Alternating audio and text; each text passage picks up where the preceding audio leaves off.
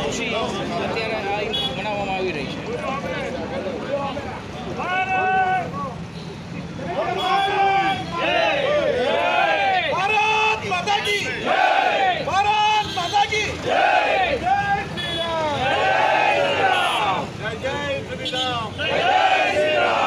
दृश्यों तो मैं जीत गए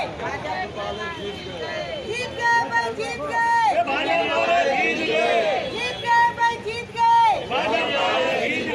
जीत गए भाई जीत गए भारत माता की जय वंदे मातरम वंदे मातरम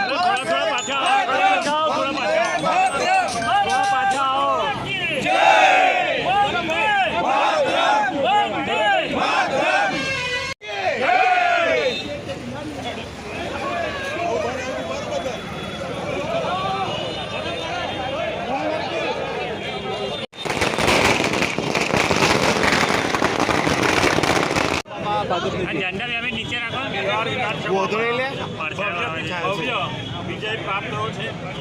एनडीएनी सरकार જ્યારે ફરી બનવા જઈ રહી હોય ત્યારે આદરણીય પ્રધાનમંત્રી નરેન્દ્રભાઈ મોદી સાહેબના નેતૃત્વમાં ભારત દેશની 140 કરોડ જનતાને જે અતૂટ વિશ્વાસ દેશને સુરક્ષિત રાખવા માટે રાષ્ટ્ર માટે જ્યારે પ્રધાનમંત્રી નરેન્દ્રભાઈ મોદી સાહેબ કામ કરતા હોય આપણા ગૃહમંત્રી અમિતભાઈ શાહ સાહેબના નેતૃત્વમાં બિહારમાં ખૂબ ભવ્યથી ભવ્ય વિજય થયો છે।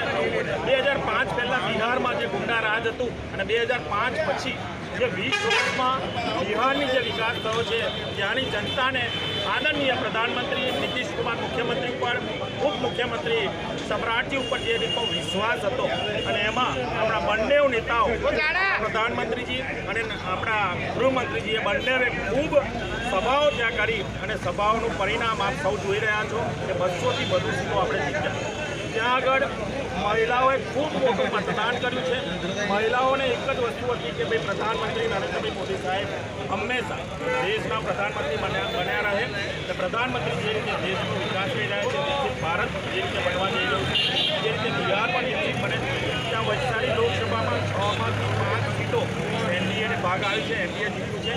લોકસભા વૈશાલી ત્યાંનો પ્રભારી હતો ત્યાં આપણા મતદાતાઓ સાથે સારી એવી મિટિંગ કરેલી હતી। ત્યાંના ભારતીય જનતા પાર્ટી એનડીએના ગઠબંધનના સૌ કાર્યકર્તાઓ સાથે પણ મિટિંગ કરેલી હતી। એમને એવું હતું કે ભાઈ જે રીતનું ગુજરાત વિકસિત ગુજરાત એક શ્રેષ્ઠ ગુજરાત સુરક્ષિત ગુજરાત બની રહ્યું છે એ રીતે બિહાર પણ બને ત્યારે હું ત્યાં કહેતો હતો કે બધા જ તમે એનડીએને જીતાડો।